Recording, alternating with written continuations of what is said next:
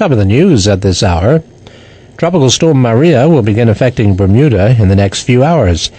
Minister of National Security Wayne Parentchief has issued a warning to the public, especially those traveling on bikes, to use caution when traveling on wet roadways. Although current weather conditions do not call for the causeway to be closed, the causeway will be monitored closely throughout tonight and tomorrow. Wave heights are not expected to reach 20 feet, and no large storm surge is expected. However, rip currents and significant wave action on the South Shore beaches is expected. Let's hear now from the Bermuda Weather Service, and Michelle Pitcher brings us up to date with the latest on Maria. The basic forecast is remaining the same, with referring to the track and the strength of Maria. They have moved her track a little bit to the right, which means slightly closer to us for this next advisory. And she is a little bit stronger Thursday afternoon, just after she passes us. They have her increasing 60 with gusts to 75 knots.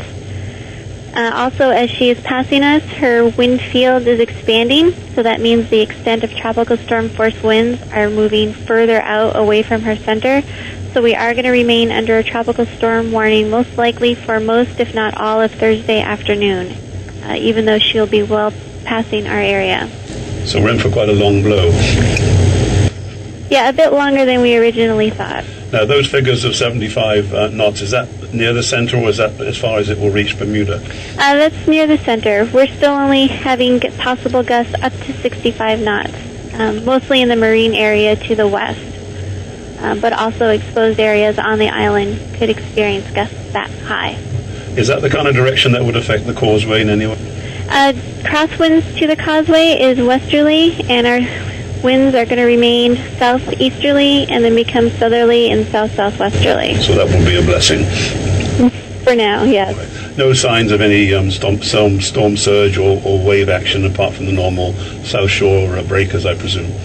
Not that we've seen so far. A lot of her highest waves seem to be very close to her center, but of course we need to keep an eye on that as things can change rapidly. And the nearest point of approach tomorrow? I don't have the exact number, but it's probably back closer to 120 nautical miles to the west. At? Around noon on Thursday. Right. And that was Michelle Pitcher bringing us right up to date, and she was talking to VSB News' Brian Darby. Meantime, the approaching tropical storm Maria is already disrupting air travel tomorrow. American Airlines flights from John F. Kennedy and Miami will not be arriving tonight. Hence, their return flights tomorrow are also canceled. JetBlue to and from Boston and JFK tomorrow are also canceled. No word yet on the effect the storm will have on Air Canada, British Airways, Continental, and U.S. Air, but it is anticipated that these flights could be affected depending on the wind direction at the L.F. Wade International Airport.